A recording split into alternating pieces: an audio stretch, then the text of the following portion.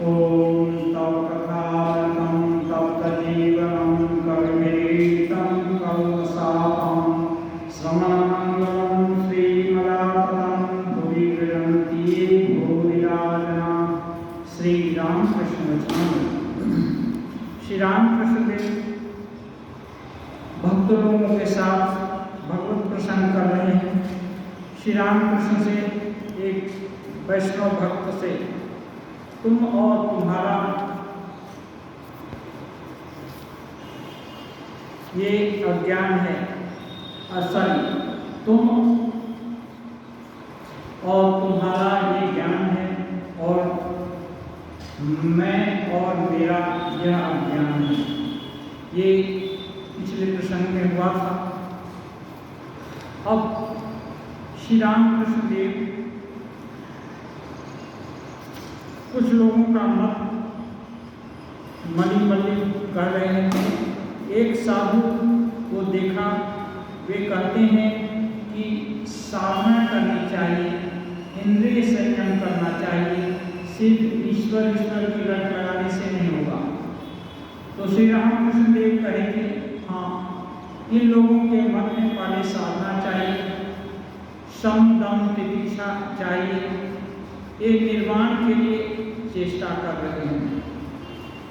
निर्वाण में मुक्ति, ये वेदांती हैं, सदैव विचार करते हैं ब्रह्म सत्य है और जगत मिथ्या। बड़ा कठिन मार्ग है। यदि जगत मिथ्या हुआ तो तुम भी मिथ्या होगे। जो कह रहे हैं वे स्वयं मिथ्या हैं, उनकी बातें भी स्वप्नवत हैं। बड़ी दूर की बात है। बड़ी दूर की बात में कहना कि जगत मिथ्या है और खुद को मिथ्या समझना बहुत कठिन बात है। इसलिए श्री रामकृष्ण देव कहते हैं यह कैसा है जानते हो, जैसे कपूर जलाने पर कुछ भी शेष नहीं रहता, लकड़ी जलाने पर राख तो बाकी रह जाती है, अंतिम विचार के बाद समाधि होती है, तब मैं तुम इन सब का कोई पता ही नहीं रहता। ये वेदांत मार्ग पे विचार करने पर मैं और तुम ये सब नहीं रहता। जैसे कपूर जलाने से जलाते जाते पूरा ही खत्म हो जाता है, जल भी जाता है और खत्म भी हो जाता है। ऐसे ही संसार विचार करते करते जब ब्रह्म ज्ञान होता है तो संसार भी नहीं रहता और जो ब्रह्म विचार कर रहा है व्यक्ति, वो व्यक्ति ही नहीं रहता। इसका मतलब वो व्यक्ति मर जाता है, जैसा कि हम लोग करते हैं। ये बात नहीं। हम लोग कब तक रहते हैं? जब तक कि हमारा ज्ञान रहता है। सो जाते हैं तो है कि नहीं है ये ज्ञान नहीं रहता है। इसलिए उस समय ये विचार कौन करेगा कि है? उस समय तो दूसरे लोग देखते हैं सांस चल रही है, लेकिन वो आदमी नहीं जानता कि मर गया है क्या जिंदा है। ऐसे ही जो मुक्त पुरुष होते हैं या समाधिमान पुरुष होते हैं, वो देखने में सब ठीक ही दिखेंगे, हाँ, लेकिन उनको बोध नहीं होगा संसार का। संसार अब उससे समाधि अवस्था से विकसित होने पर भी उनको संसार के जैसे आगे सुख के प्रति आसक्ति और दुख के प्रति विरक्ति, ये सभी का है, सभी जीव का है। यह चींटी भी उसको मारने के लिए कोई यहाँ अंगली बढ़ाए तो वहाँ से भागती है, या कोई कड़वी विषाक्त चीज डाल दिया जाए तो चींटी छोटे छोटे जीव जंतु भी भागना चाहते हैं। ऐसे ही मनुष्य भी अनुकूल चीज के तरफ आता है और प्रतिकूल की तरफ से भागता है। लेकिन ऐसे समाधिमान पुरुष के लिए वो सब नहीं रह जाता। उनको भागने का, उनको इसकी इस चेष्टा पद्म श्री रामकृष्ण देव कहते हैं पद्मलोचन बड़ा ज्ञानी था। बड़ा ज्ञानी माने ज्ञान विचार में लिप्त था, ज्ञान विचार वो पसंद करते थे और उसको मानते भी थे। एक है बौद्धिक तरीके से मानना और दूसरा है दिल से जानना। दोनों में थोड़ा फर्क है। दिल से जैसे बच्चा वो छोटे पर से ही माँ को देखता रहता है, इसलिए वो दिल से जानता है कि माँ मेरी है। हर समय सुख में दुख में सोते जागते हर समय माँ को देखा है, इसलिए माँ से ज्यादा निरापद जगह उसको कुछ नहीं मालूम होता। कैसे भी करके माँ से निपट जाए तो वो सुरक्षित अपने को महसूस करता है। ऐसे ये जो ज्ञान हो जाए कि मैं वही पर ब्रह्म सत्ता अहम ब्रह्मास्मि, तो ये स्वाभाविक हो जाता है। रामकृष्ण देव के विषय में ये स्वाभाविक हो गया था। जैसे ही कोई भगवत प्रसंग हुआ तुरंत उनको भगवत स्वरूप का या रूप का तुरंत आभास हो जाता था। लेकिन हम सामान्य लोगों को कितना भी बोला जाए कि मुक्ति स्वरूपिणी है माँ काली या भगवान कृष्ण या राम स्वयं सच्चिदानंद राम रूप में आए हैं, एक बोलने से सुन लेते हैं, मान भी लेते हैं भौतिक तरीके से, लेकिन दिल नहीं जानता है, वो मानता नहीं है। तो ये कहते हैं पद्मलोचन बड़ा ज्ञानी था, त्याग वैराग्य भी था, परंतु मैं माँ माँ कहकर प्रार्थना करता था तो भी मुझे खूब मानता था। श्री राम कृष्णदेव माँ माँ कहकर के भी प्रार्थना करते थे। अब पद्मचरण पद्मलोचन दूसरे तरफ एकदम ज्ञान विचार जो वैदांतिक लोग होते हैं, जैसे तोतापुरी जी एक बार रामकृष्ण देव संध्या हुई, ताली बजा करके माँ का नाम करने लगे, तो विद्रुप करके वो बोले रोटी क्यों ठोकते हो, रोटी क्यों ठोकते हो। मैंने जब साधु लोग हाथ वाली रोटी बनाते हैं, आग पर तो ठोक करके उसका जो गद्दा है उसकी काली है उसको झाड़ते हैं, तो झाड़ कर साफ करेंगे तो उसके बाद खाएंगे। तो ऐसे करके रोटी क्यों ठोकते हो। तब श्री रामकृष्ण देव उनको वैसे ही जवाब देते, क्या माँ का नाम लेना रोटी ठोकना है। बाद में तोतापुरी जी को जब असह्य पेट की यंत्रणा हुई थी, वे गंगा जी में देह विसर्जन करने तक को उद्यत हो गए थे, क्योंकि वे जानते थे कि देह नश्वर है और उनको ब्रह्म ज्ञान हो चुका था। फिर इस नश्वर चीज के लिए वो क्यों कष्ट पाएंगे। लेकिन गंगा के उस तक पहुंच गए, उनको डूबने भर का पानी नहीं मिला, डूबने से ज्यादा पानी नहीं मिला। तब उनको लगा कि ये क्या दैवी माया है। जैसे ही ये बोध उस तरफ उनका आया, तब तुरंत उनको मालूम हुआ कि जल में थल में जहाँ कहीं भी उनकी नजर पड़ रही, सब जगह माया का राज्य है, सब जगह उसी ईश्वरीय शक्ति का खेला चल रहा है। और तब उनको जो सगुण ईश्वर है उनके ऊपर भी विश्वास हुआ और आकर धुनी जला करके बैठे। और तब उनके देह में कोई पीड़ा भी नहीं थी, कोई पेट का रोग भी नहीं था, एकदम स्वस्थ थे। ये कैसे हो सकता है। इस से सब कुछ संभव है।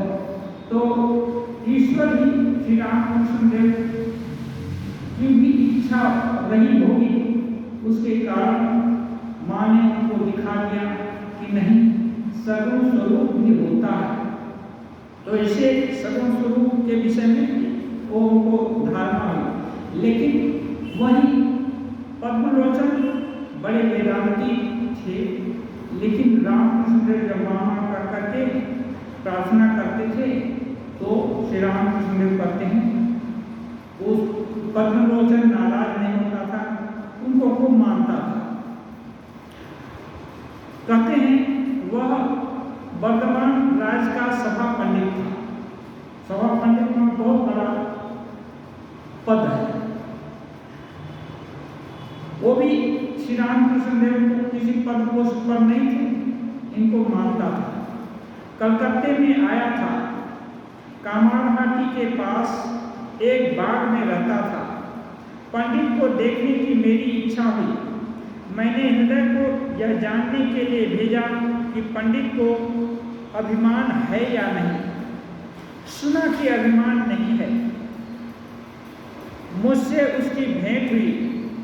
वह तो उतना ज्ञानी और पंडित था, परंतु मेरे मुंह से राम प्रसाद के गाने सुनकर रो पड़ा। बातें करके ऐसा मुग्ध हुआ, उसको ऐसा सुख मिला। मुझे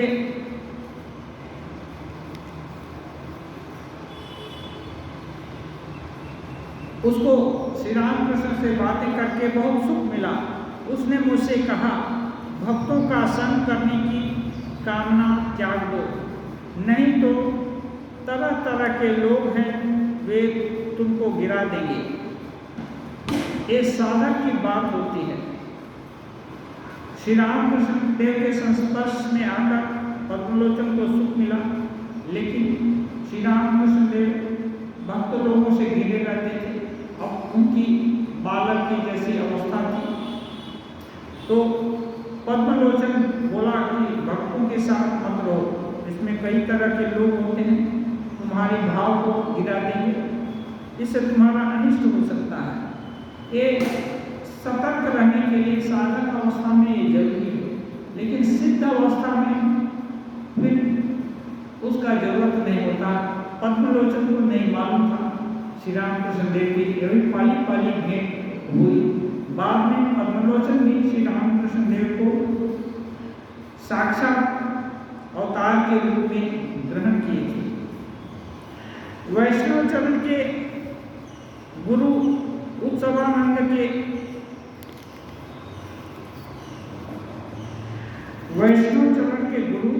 उत्सवानंद से उसने पत्र व्यवहार करके विचार किया था। मुझसे कहा, आप भी जरा सुनिए। एक सभा में विचार हुआ था, शिव बड़े हैं या ब्रह्मा। अंत में पंडितों ने पद्मलोचन से पूछा। पद्मलोचन ऐसा सरल था कि उसने कहा, मेरे 14 पुरखों में से किसी ने तो न तो शिव को देखा है और न ब्रह्मा को ही। तो एक पंडित लोगों की विभिन्न जगह सभा होती है, तो एक जगह सभा हुई थी कि शिव बड़े हैं या ब्रह्मा बड़े हैं। तो पद्मलोचन को पूछा गया। शास्त्रीय जो वाक्य है शास्त्र में विभिन्न, शैव सिद्धांत में देखेंगे तो शिव बड़े हैं ऐसा दिखाएगा। ब्रह्मा विषय जो शास्त्र है उसमें ब्रह्मा जी को सबसे बड़ा दिखाते हैं। लेकिन ये एक सभा में जो प्रश्न उठा कि कौन बड़े हैं, तो पद्मलोचन शास्त्रज्ञ थे, लेकिन वो अपना घटना बता रहा था कि इसे पद्मलोचन बोला था कि मेरे 14 पुरुष कोई न तो शिव को देखा है न तो ब्रह्मा को देखा है, तो मैं कैसे बताऊं कौन बड़ा है कौन छोटा है। ऐसा सरल उत्तर बिना देखे बिना शक्ति जाने शास्त्र में पढ़कर किसी के ऊपर टीका टिप्पणी कर देना, फाइनल अंतिम जो सिद्धांत बता देना, ये ठीक नहीं है। इसीलिए श्री रामकृष्ण देव कहते हैं, उनको तो रूप अरूप सबका दर्शन हुआ था, लेकिन वे कहते हैं भगवान की इति मत करो। इति माने भगवान इतने ही हैं, ऐसा तुम कैसे कर सकते? वे साकार हैं, निराकार हैं और इसके पार भी हैं, तो कितने कुछ हैं, ये तुम्हारे छोटे से आधार पर कैसे समझ सकते? इसलिए मनुष्य को चाहिए श्री रामकृष्ण देव के अनुसार कि भगवान का यहीं तक भगवान हो सकते हैं, ऐसा सोचना, ऐसी धारणा करना वो संकीर्ण बुद्धि का परिचायक है। ऐसा साधक को या भक्त को नहीं सोचना चाहिए कि भगवान इतने तक ही सीमित हैं। कामिनी कांचन का त्याग सुनकर एक दिन उसने मुझसे कहा, उन सबका त्याग क्यों कर रहे हो? यह रुपया है, यह मिट्टी है, यह भेद बुद्धि को अज्ञान से पैदा होती है। मैं क्या कर सकता था? बोला क्या मालूम, पर मुझे रुपया पैसा आदि रुचता नहीं। श्री रामकृष्ण जैसा हम लोग पढ़े हैं, श्री रामकृष्ण देव के अंदर जो भी भाव उठा,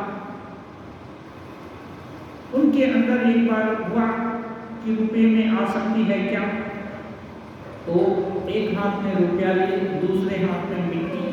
आजकल तो मिट्टी भी बहुत महंगी है, उस समय मिट्टी का कोई मूल्य नहीं था। वैसे भी एक ढेला मिट्टी का आज भी इतना मूल्य है, लेकिन मिट्टी से मतलब जमीन आदमी समझते हैं, इसलिए जमीन का मूल्य आजकल बहुत है। तो श्री रामकृष्ण देव एक हाथ में मिट्टी लिए, एक हाथ में रुपया, और मिट्टी रुपया है, रुपया मिट्टी है। रुपये का उतना ही मूल्य है जितना इस मिट्टी का है, और इस मिट्टी का भी उतना ही अस्तित्व है जितना कि इस रुपये का, माने इसमें ज़्यादा भेद नहीं है, अर्थात ये रुपया बहुत मूल्यवान नहीं है। ऐसा कर करके दोनों को गंगाकर में डाल दिए। अब लेकिन पंडित इनको तो सभा में जाते हैं, आगे के पंडित लोग जाते थे और सभा पंडित हैं, तो इनका दान दक्षिणा तो मिलती है और उनको राज दरबार से कुछ अच्छा चढ़ावा भी मिलता होगा। तो ये कह रहे हैं कि जब ये संसार मिथ्या है, ये तुम जान गए हो, तो भेद बुद्धि क्यों रखते हो? रुपया के वो मिट्टी और मिट्टी रुपया ऐसे कर करके उसको उसका तिरस्कार क्यों करते हो? ये तो भेद बुद्धि है, इसलिए तुम भेद बुद्धि को मिटाने के लिए एक कोशिश कर रहे हो। ऐसा क्यों करते हो?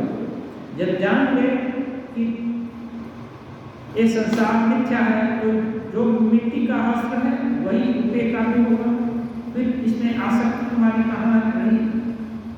लेकिन श्री रामकृष्ण देव का त्याग और ये जो साधना है, ये उदाहरण के एक तरह से नजीर बोलते हैं, युग युग तक के साधक लोगों के लिए एक नजीर बनी है। वो जो करते हैं वही करते हैं और उनका मन, इंद्रिय, शरीर सब कुछ वही करता है। श्री रामकृष्ण देव बोले हैं, माँ बेताल में पैर नहीं पड़ने देती, माने जो अच्छे नाचने वाले हैं ना, उनका कोई भी धुन बजे तो ताल में ही पैर पड़ते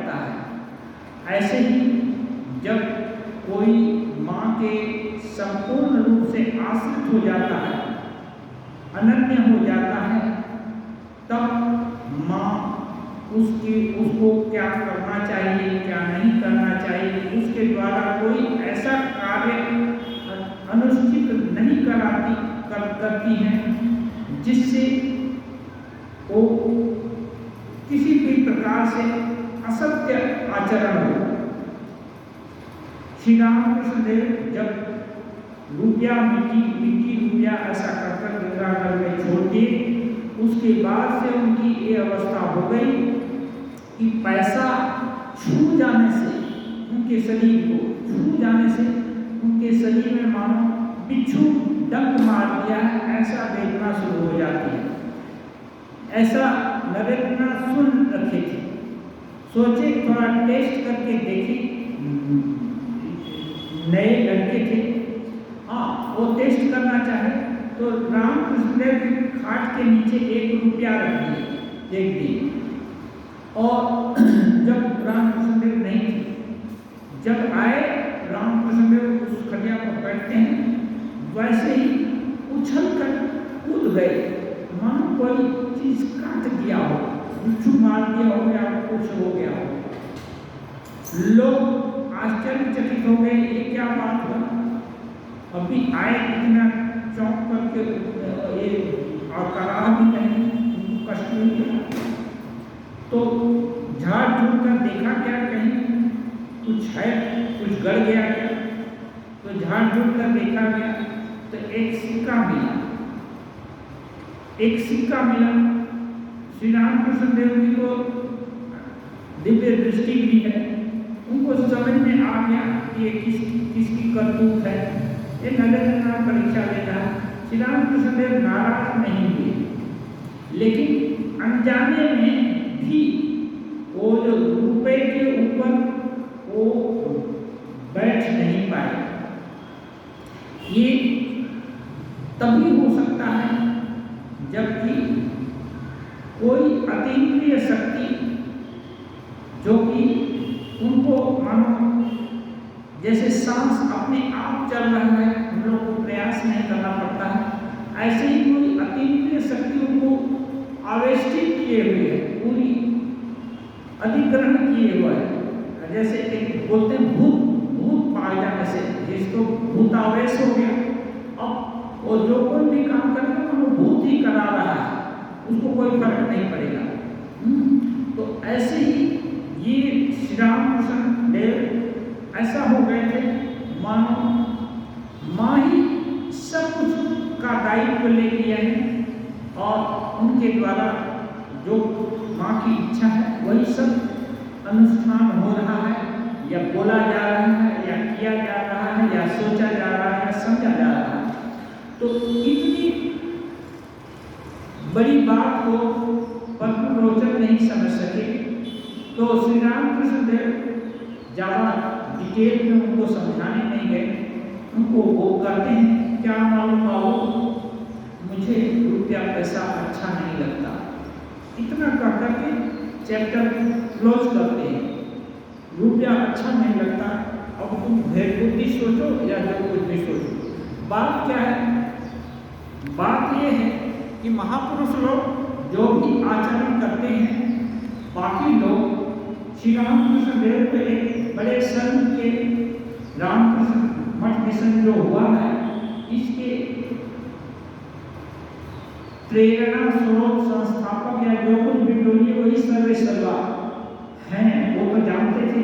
बाकी उनके ही नाम पर स्वामी जी एक संस्थान एक चालू किए, और ये संस्थान किसमें है, श्री रामकृष्ण चाहते थे कि साधन भजन करके भगवान को कर्म ज्ञान भक्ति योग सबका सहायता लेकर, जो जिसका सहायता ले पाए कैसे भी करके भगवान तक पहुँचे, अपनी भगवत सत्ता को जाने। इसके लिए बहुत सारा उपाय जो आधुनिक युग में लुप्त हो गया था, वो सब अनुष्ठान किए। अब ये यदि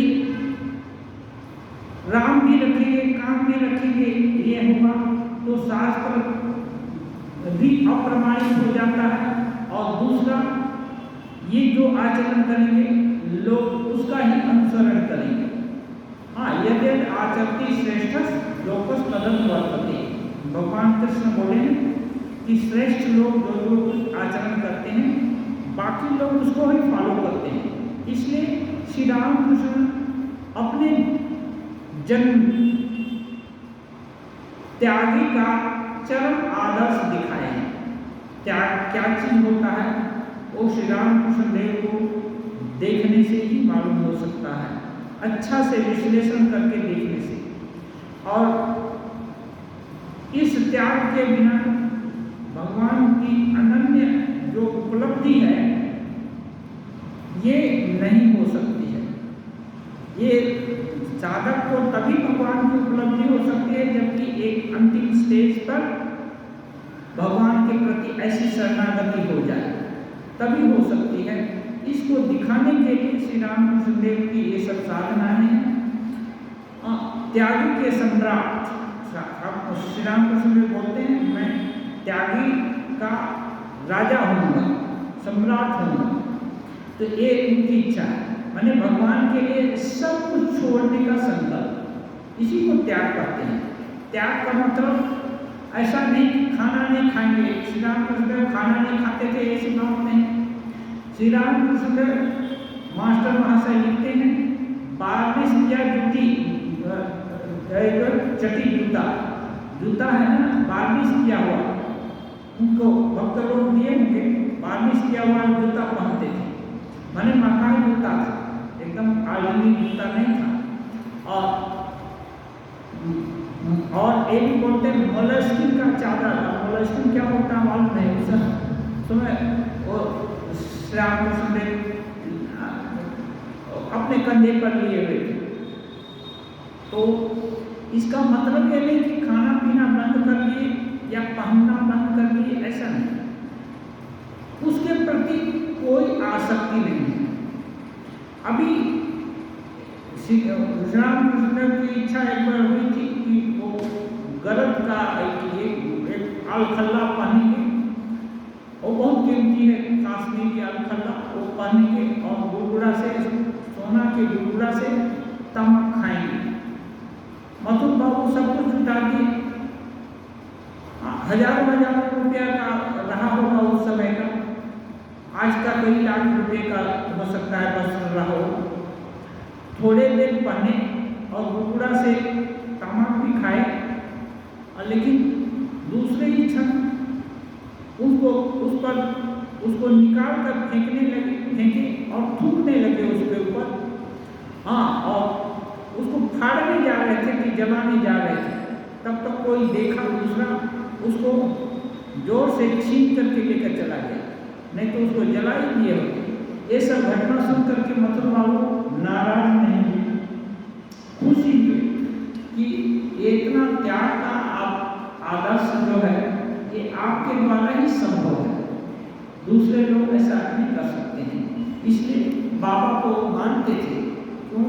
त्यागी का आदर्श रूप है इसलिए। तो ये बोलते हैं कि क्या बाबू जानू बाबू, मुझको रुपया पैसा अच्छा नहीं लगता। ऐसा कहकर श्री रामकृष्ण देव उस बात से वो वहीं पर रोक दिए। अच्छा, अब कहते हैं एक पंडित को बड़ा अभिमान था, वह ईश्वर का रूप नहीं मानता था, परंतु ईश्वर का कार्य कौन समझे। वे आद्याशक्ति के रूप में उसके सामने प्रकट हुए। पंडित बड़ी देर तक बेहोश रहा। जरा होश संभालने पर लगातार का अर्थात काली की रट लगाता रहा। एक दूसरे भक्त की घटना बता रहे हैं। वो पंडिताई का उसको अभिमान था, और ईश्वर का रूप नहीं मानता था, शास्त्रज्ञ था, लेकिन अच्छा रहा होगा, शुद्ध नहीं होने से ईश्वर का दर्शन कैसे हो सकता है। शुद्ध था, माने मनमुख एक जो बोलते हैं ऐसा था, लेकिन अभिमान था उसको कि रूप नहीं मानेगा और अपने शास्त्र ज्ञान पर अभिमान था। तो ईश्वर की कृपा हुई, उनके सामने प्रकट हो गए और जैसे प्रकट हो गए थोड़े देर तक वो बेहोश हो गया। भाई जो चीज कभी नहीं देखा है वो चीज देख ले, और ईश्वर दर्शन तो बड़ा, उस समय कौन सा भाव आएगा वो बोला नहीं जा सकता। एक बेहोश हो गया और जब होश हुआ तब केवल का करता है, माने काली का दर्शन हुआ होगा, इसलिए उसको ये हो। और वो दर्शन ऐसा है कि उसको झुठलाया नहीं जा सकता, उसके किताब में ऐसा लिखा नहीं है। इसलिए दर्शन और पढ़ना, पढ़कर ज्ञान जो हुआ है उसमें बहुत अंतर है। लेकिन साधारण लोगों के लिए दर्शन होना तुरंत तो संभव नहीं है। साधारण लोगों के लिए प्रयास ही करना होगा, और प्रयास में क्या करेंगे, निरापद जो उपाय है शास्त्र बताते हैं उसका अवलंबन करना होगा। निरापद उपाय यही है, संयम, नियम, सत्य, अहिंसा, सत्य, अस्तेय, ब्रह्मचर्य, अपरिग्रह, ये सब का जितना संभव हो उसका अनुष्ठान करना, और भगवान का भक्ति मार्ग पसंद है तो उस पर जाना, ज्ञान मार्ग पसंद है तो ज्ञान विचार करना, योग में ज़्यादा रुचि है तो योग का अनुष्ठान करना। लेकिन सत्य, अहिंसा, ये सब में इसकी अवहेलना करके कोई साधक नहीं बन सकता है। इसलिए इसका तो होना अनिवार्य ही है। एक भक्त कहते हैं, महाराज आपने विद्यासागर को देखा है? कैसा देखा? श्री रामकृष्ण देव एक बार विद्यासागर के पास गए तो एक भक्त पूछता है, आप देखे हैं क्या? कैसे देखे? श्री रामकृष्ण, विद्यासागर के पांडित्य है, दया है, परंतु अंतर्दृष्टि नहीं है। विद्यासागर के विषय में पूछा तो वो बोले वो पंडित है, पांडित्य है, दयावान है, लेकिन अंतर्दृष्टि संपन्न नहीं है। अंतर्दृष्टि क्या है? अभी ये जागतिक दृष्टि से तो अंतर्दृष्टि माने ये दया है तो उसके विषय में आगे पीछे बहुत कुछ सोच सकता है, ये सहायता की सेवा करनी चाहिए कि नहीं करनी चाहिए, या क्या करना चाहिए।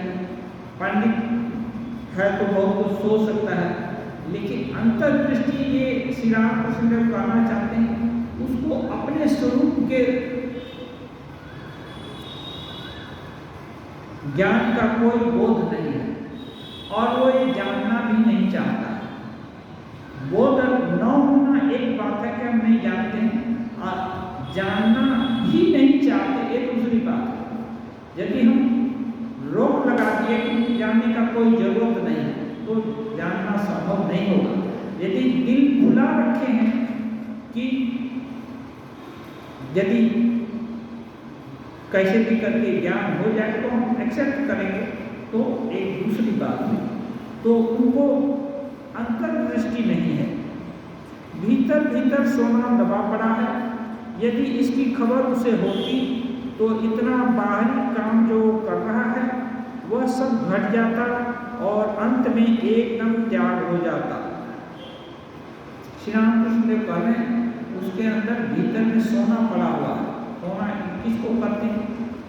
अभी देखिए जो उपकारी है, पंडित है और उपकारी है, इसका मतलब स्वार्थ तो उनके अंदर नहीं है, और स्वार्थ ही होता है अपराध का मूल। सभी अपराध जितने होते हैं उनके मूल में स्वार्थ ही होता है। स्वार्थ नहीं है, परोपकार कर रहा है, और विद्वान भी है, तो इसका मतलब बहुत आगे बढ़ा हुआ है। अब सब स्वामी जी बोलते हैं ना, each soul is potentially divine, सबके अंदर वही देवत्व शक्ति लेटेंट पावर के रूप में है। तो अब उसको जानने देने में बाधा क्या है? बाधा ये है कि स्वार्थ है जो है वो भयंकर बाधा है, उससे वो ऊपर उठा हुआ है, लेकिन इसका होश उसको नहीं है।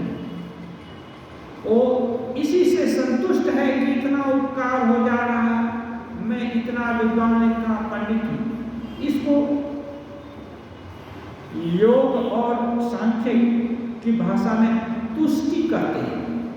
हम बहुत अच्छे हैं और हमको किसी चीज़ का जरूरत नहीं है, सब ठीक ठाक चल रहा है। तो जब ठीक ठाक चल रहा है, लड़का खेल रहा है, तो माँ भी बोलते हैं हाँ ठीक ठाक चल रहा है, तो खेल रहा है, बढ़िया से आनंद में है, खेलते रहो। माँ उसको अपने पास नहीं बुलाएगी। इसलिए बाहरी काम श्री रामकृष्ण देव कह रहे हैं, उसको होश नहीं है, इसी को सार समझ रहा है, जीवन का लक्ष्य है उपकार करना ही समझ लिया है, इसलिए बाहरी काम किया जा रहा है, अंदर उसका नजर ही नहीं जाता है। यदि अंदर की तरफ उसका नजर जाता तो ये बाहरी काम में उसका उतना मन नहीं लगता, ये धीरे धीरे कम हो जाता है। श्री रामकृष्ण देव कहते हैं भीतर हृदय में ईश्वर है, यह बात जानने पर उन्हीं के ध्यान और चिंतन में मन लग जाता है। किसी किसी को बहुत दिन तक निष्काम कर्म करते करते अंत में वैराग्य होता है और मन उधर मुड़ जाता है, ईश्वर से लग जाता है। ये उपाय है अच्छा निष्काम कर्म। ये जो विद्यासागर जी कर रहे थे, परोपकार निष्काम कर्म कर रहे थे, ये ज़्यादा दिन तक किसी किसी को करना पड़ता है, जल्दी उसको वैराग्य नहीं होता। अब उस काम से भी वैराग्य हो जाए, वैराग्य होने का मतलब क्या है कि उसी को सार समझ लिया है कि उपकार करना ही सार है। दूसरा एक प्रश्न है, भला उपकार हम क्यों करें? स्वामी जी उत्तर दिए हैं कि उपकार हम इसलिए दूसरे का करते हैं क्योंकि उसके भीतर में भी हम ही हैं। हम कौन हैं? आत्मा रूप से हैं सबके भीतर। इसीलिए हम चाहते हैं कि सबका सभी सुखी हों, सभी अच्छे हों। ये जान करके हम उपकार कर रहे हैं, लेकिन विद्यासागर जी का ये ज्ञान नहीं था। वो आत्मा के लिए उपस्थिति के कारण दूसरे का उपकार नहीं कर रहे थे, वो दया के कारण दूसरे का उपकार कर रहे थे, इसका होश उनको नहीं था। श्री रामकृष्ण देव इसी को पॉइंट कर रहे हैं, यदि ये जानता तो इसका इसी जन्म में कल्याण हो जाता, क्योंकि उसकी ज़्यादा स्वार्थ बुद्धि नहीं थी। लेकिन दूसरा सिद्धांत भी कहते हैं कि ये कोई जरूरी नहीं है कि उपकार कर रहा है तो तुरंत उसको वैराग्य हो जाए, माने मन अंतर्मुख हो जाए, ऐसा भी नहीं होता। महामाया का मायन है, उसको बहुत दिन तक काम करना पड़ेगा। तो इसलिए वो काम किए जाता है और उससे माँ ज़्यादा काम करवा लेती है। जैसा काम ईश्वर विद्यासागर कर रहा है वह बहुत अच्छा है, दया बहुत अच्छी है। दया और माया में बड़ा अंतर है। दया अच्छी है, माया अच्छी नहीं। दया और माया, वो बोल रहे हैं श्री रामकृष्ण देव, जो वो विद्यासागर जो काम कर रहा है बड़ा अच्छा है, वो दया के कारण कर रहा है। दया ये है कि वैसी परिस्थिति जो जरूरतमंद है, वो चाहे जो कोई भी हो, सभी के साथ सभी का उपकार करने के लिए उद्यत है। लेकिन माया यह है कि कुछ कुछ लोगों को सेलेक्ट कर लिया, सेलेक्टिव, अब सेलेक्ट कर लिया कि हमारा भाई है इसका उपकार करेंगे, हमारा माँ है इसको देखेंगे, हमारा ये है इसको देखेंगे, हमारा नौकर है इसलिए हम इसको देखेंगे। तो ये जो है माया के कारण होता है। माया के कारण जो कुछ भी उपकार किया जाए वो उपकार नहीं होता, वो बंधन का कारण होता है। बदले में दिल में उससे कुछ पाने की इच्छा भी हो जाती है, लेकिन दया के कारण सभी का सुख हो, सभी सुखी हो, इस भाव से प्रेरित होकर जो किया जाता है उसमें बदले में कुछ पाने की इच्छा नहीं होती। और जब पाने की इच्छा नहीं होगी तो ये माया से बहुत अच्छी है। माया का अर्थ है आत्मियों से प्रेम,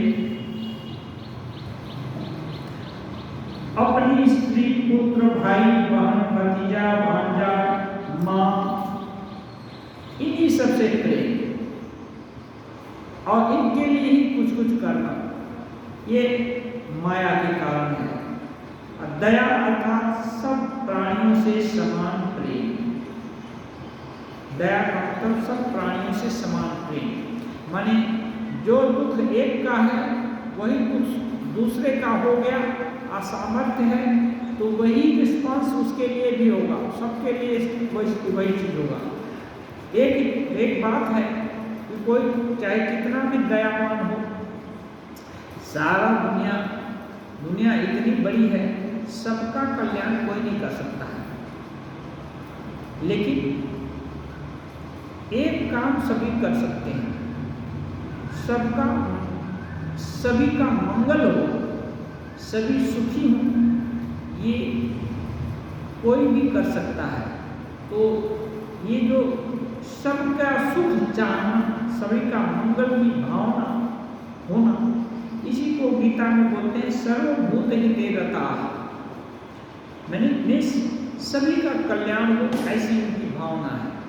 और इसका आचार्य शंकर व्याख्या करते समय, जो भाष्य लिखते समय लिखते हैं, अद्वेष्टारः, माने किसी के उन्नति से उसको द्वेष नहीं होता है, किसी के सुख से दूसरा यदि सुखी हो तो जो कल्याणकामी लोग हैं सबका, वो कभी उसका बदन म्लान नहीं होता कि वो भला सुखी क्यों है, मैं दुखी क्यों हूँ, या भला वो आगे उन्नत क्यों हो रहा है, तो ये भाव नहीं होता है।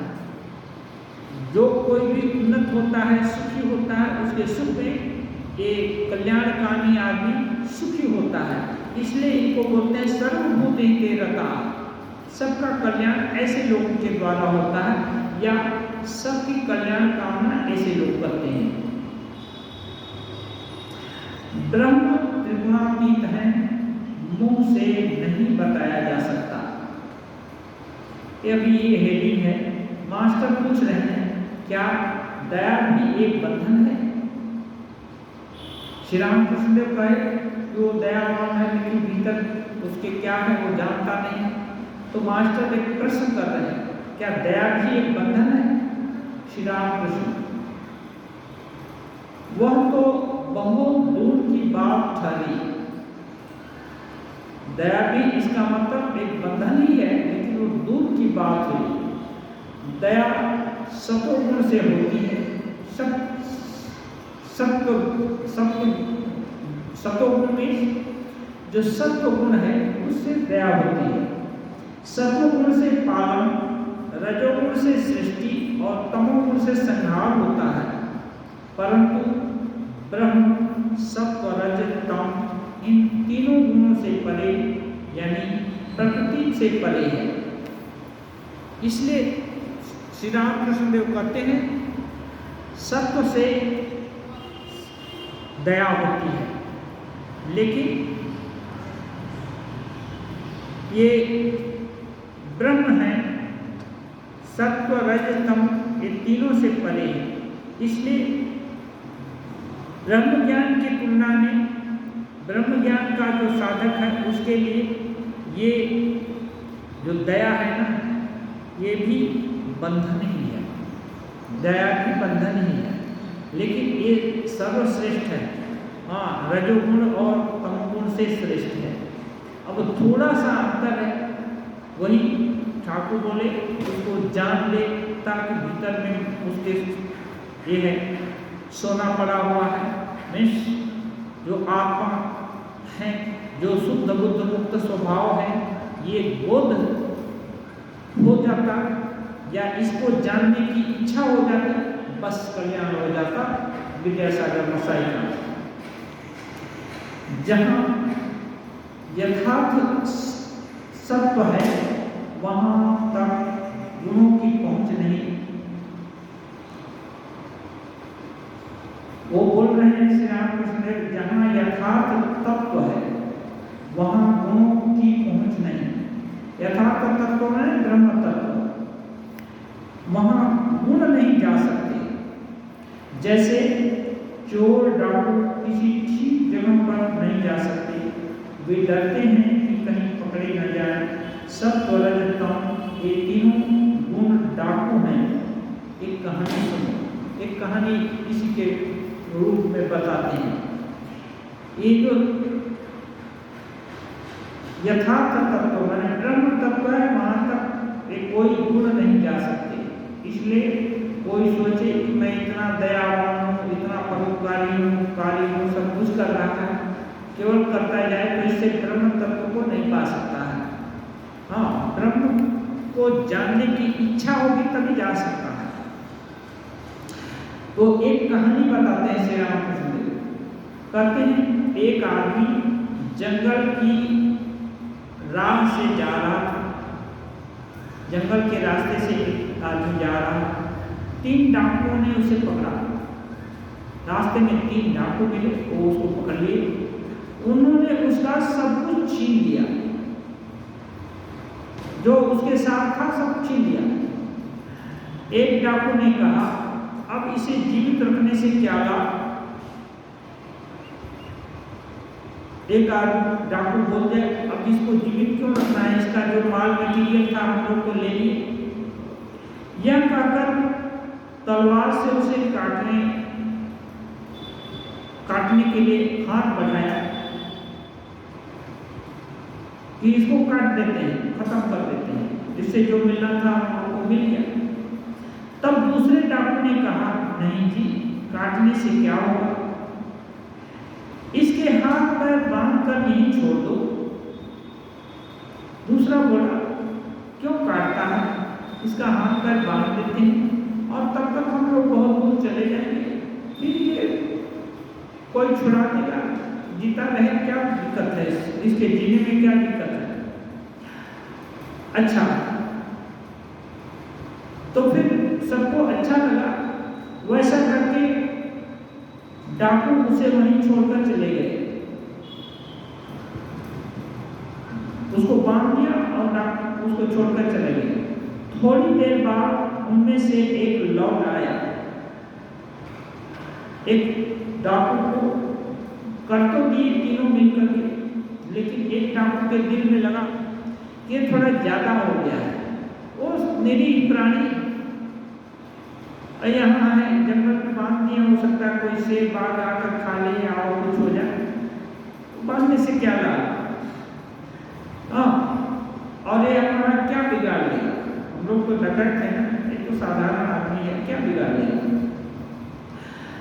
इसलिए लौट आया और बोला इसको, ओह तुम्हें चोट लगी, आओ मैं तुम्हारा बंधन खोल देता हूँ। संवेदना व्यक्त करके बोला, आओ तुम्हारा बंधन मैं खोल देता हूँ। उसे मुक्त कर डाकू ने कहा, आओ मेरे साथ, तुम्हें सड़क तक पहुँचाऊंगा। यही नहीं किया, अभी जंगल में किधर भटके, डाकू को रास्ता मालूम था, तो सड़क तक छोड़ दिया। बड़ी देर में सड़क पर पहुंचकर उसने कहा, सड़क पर जब पहुंच गया तो बोला, इस रास्ते से चले जाओ, क्या देखो उधर तुम्हारा मकान दिख रहा है। रास्ता दिखा दिया, इस रास्ते से चले जाओ। श्री रामकृष्ण देव कह रहे हैं, तब उस आदमी ने डाकू से कहा, भाई आपने बड़ा उपकार किया, अब आप भी मेरे साथ मेरे मकान तक चलिए, मेरे मकान तक आप भी चलिए। वो आदमी बुलाता है, आपने उपकार किया, वो लोग तो जंगल में बांध कर छोड़ दिए थे, अब मेरे मकान से चलिए, थोड़ा नाश्ता पानी कराएंगे, आपकी सेवा करेंगे। डाकू ने कहा, नहीं भाई, मैं वहां नहीं जा सकता, पुलिस को खबर लग जाएगी। डाकू बोला, मैं वहां नहीं जा सकता, पुलिस पकड़ लेगी, तुम भला हो सकता है मेरा कुछ नुकसान न करो, तुमसे डर नहीं है, लेकिन पुलिस को खबर लग जाएगी तो पुलिस पकड़ लेगी। अब श्री रामकृष्ण देव कहते हैं, यह संसार ही जंगल है, इसमें सत्व रज तम ये तीन डाकू रहते हैं, सत्व रज तम ये तीन डाकू रहते हैं, ये जीवों का तत्व ज्ञान छीन लेते हैं। जो ज्ञान है कि मैं वही शुद्ध बुद्ध मुक्त स्वभाव आत्मा या परमात्मा हूँ, इस ज्ञान को ये सत्व रजतम ये छीन लेते हैं। सत्व भी डाकू है, छीन लेता है, क्योंकि आवरण होता है, मैं कर रहा हूँ, उपकार कर रहा हूँ, दान कर रहा हूँ, हाँ अच्छा काम कर रहा हूँ, तो छीन लेते हैं। तमोगुण मारना चाहता है, रजोगुण संसार में फंसाता है, पर सत्वगुण रज और तम से बचाता है। सत्व गुण का आश्रय मिलने पर काम क्रोध आदि तमोगुण से रक्षा होती है। सत्वगुण का आश्रय मिले तो काम क्रोध आदि से रक्षा हो जाएगी। फिर सत्वगुण जीव का संसार बंधन तोड़ देता है। ये जो सत्वगुण है वो जीव का जो संसार बंधन है ना, वो दूर तक दिखला देता है, मानो कि देखो देखो उधर कुछ दूसरा चीज है, लेकिन वो भी डाकू है। पर सत्वगुण भी डाकू है, वह तत्व ज्ञान नहीं दे सकता, वो वहां तक नहीं पहुंचा सकता, तत्व ज्ञान नहीं मिलेगा। उसको छोड़ देने पर तब तत्व ज्ञान मिलेगा। हाँ, वह जीव को उस परम धाम की में जाने की राह तक पहुंचा देता है और कहता है, देखो तुम्हारा मकान यह दिख रहा है, वो दूर से इंगित कर देता है, देखो उधर जाओ, अब तुम्हारा मकान वहां तक मेरी पहुंच नहीं है। जहां ब्रह्म ज्ञान है वहां से सत्वगुण भी बहुत दूर है, मैंने सत्वगुण भी ब्रह्म ज्ञान से बहुत दूर है। सत्वगुण दिखा देता है कि नहीं, यहाँ के बाद मैं नहीं जा सकता, अब तुम चले जाओ अपने से। ब्रह्म क्या है यह मुख से नहीं बताया जा सकता, जिसे उसका ज्ञान होता है वह फिर खबर नहीं दे सकता। लोग कहते हैं कि काले पानी में जाने से फिर जहाज नहीं लौटता। कहते हैं ब्रह्म क्या है मुख से नहीं बताया जा सकता। एक जगह श्री रामकृष्ण देव बोले हैं, ब्रह्म उच्छिष्ट नहीं हुआ, उच्छिष्ट माने झूठा होना, क्योंकि जितने भी शास्त्र आदि हैं वो बहुत सगुण एस्पेक्ट को और सब एस्पेक्ट को तो बताए हैं भगवान के, लेकिन निर्गुण ब्रह्म स्वरूप का वर्णन नहीं कर पाए हैं। नेति नेति कह करके ही उसका ठीक से निरूपण करते हैं, इसलिए ब्रह्म बोला नहीं गया है। तो कहते हैं जब ब्रह्म ज्ञान होता है तो मन वाणी है ना, ये सब वहां नहीं पहुंच जाती, क्योंकि ये जो मन वाणी ये है सत्व रज तम इन सब से मिल करके सभी मन हुआ है, ये सब का पहुंच वहां नहीं। तो फिर वहां क्या होगा, वहां ये सब का विलय होने से समाधि होती है। तो जब ऐसा हो गया फिर उस अवस्था का खबर कोई नहीं दे सकता है।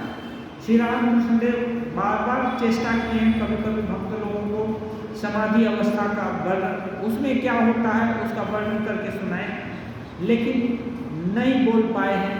फिर हार करके श्री रामकृष्ण देव बोलते हैं कि माँ मुंह बंद कर दे रही है, माँ मुंह बंद कर दे रही है। हम बोलना चाहते थे, बताना चाहते थे, लेकिन माँ बोलने नहीं दे रही। क्यों? जब उस अवस्था का वर्णन करने जा रहे हैं समाधि लग जा रही है। समाधि में एक मन वाणी नहीं रहेगा, नहीं रहेगा तो कौन बोलेगा? इसलिए उस अवस्था का वर्णन नहीं हो सकता है। अब साधारण तरीके से जो काला पानी में जहाज जाने से आगे, काला पानी में समुद्र में जहाज जाने से दूर तक वो वापस नहीं लौटती। तो अभी तो समुद्र में पानी जहाज जाती है, लेकिन अभी भी एक बरमुडा ट्रायंगल है जहाँ की काला पानी है, वहाँ जहाज या कुछ भी जाने से उसका कोई खोज खबर आज तक नहीं मिल पाया है, आज तक के वैज्ञानिकों को। तो ये उपमा दिया जा रहा है, काला पानी में समुद्र में जाने से जहाज नहीं आएगा, और वहाँ समुद्र में बहुत तूफान आदि चलते हैं, वहाँ जहाज छोटी जहाज तब थी वो टूट फूट जाती रही, इसलिए एक प्रचलन था। तो ये जो उदाहरण है उससे इसको ये जो सिद्धांत है उससे मिलाने का ठीक नहीं होता है कि ठाकुर बोले वो झूठ है कि काला पानी में तो जहाज जाता है, ऐसा नहीं है। ये तो उपमा दी गई है। उपमा जो प्रचलित टर्मिनोलॉजी होती है या कथा होती है, प्रचलित बातें होती हैं, उससे किसी बड़ी चीज़ को इंगित कर किया जाता है। तो बोलते हैं जैसे देखो समुद्र में जाने से फिर नौका नहीं आती, ऐसे ही ये जीव रूपी नौका है ना, जब समाधि में जाता है तो और लौट कर नहीं आ सकता है।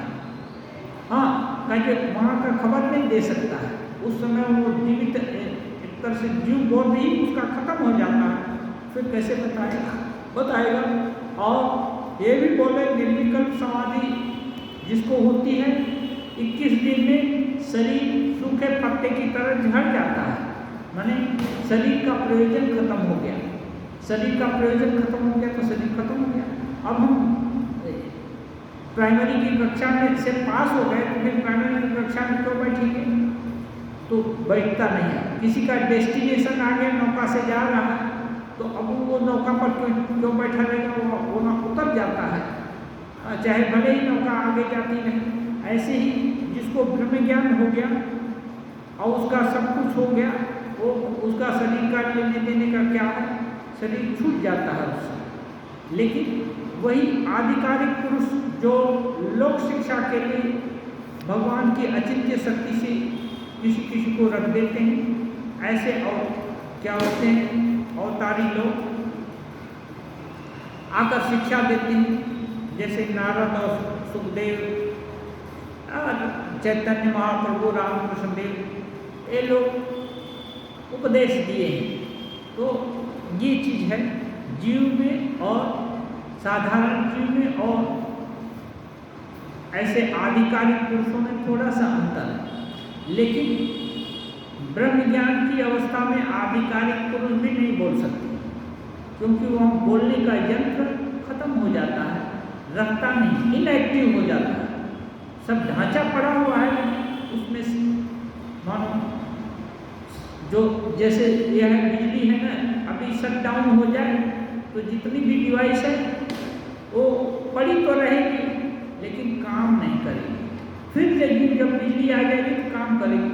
तो ऐसे ही समाधि में जाने पर वो मानो बिजली ऑफ हो गई और दूसरा राज्य में विचरण हो रहे हैं, और जैसे फिर आए आधिकारिक पुरुष लोग आ जाते हैं, सामान्य पुरुष लोग वहीं से विदाई हो जाते हैं। ओम निरंजनम नित्यम अनंत रूपम भक्तानुकंपाधृत विग्रहम वै ईशावतारं परमेश मीड्यं तं रामकृष्णं शिरसा नमामि।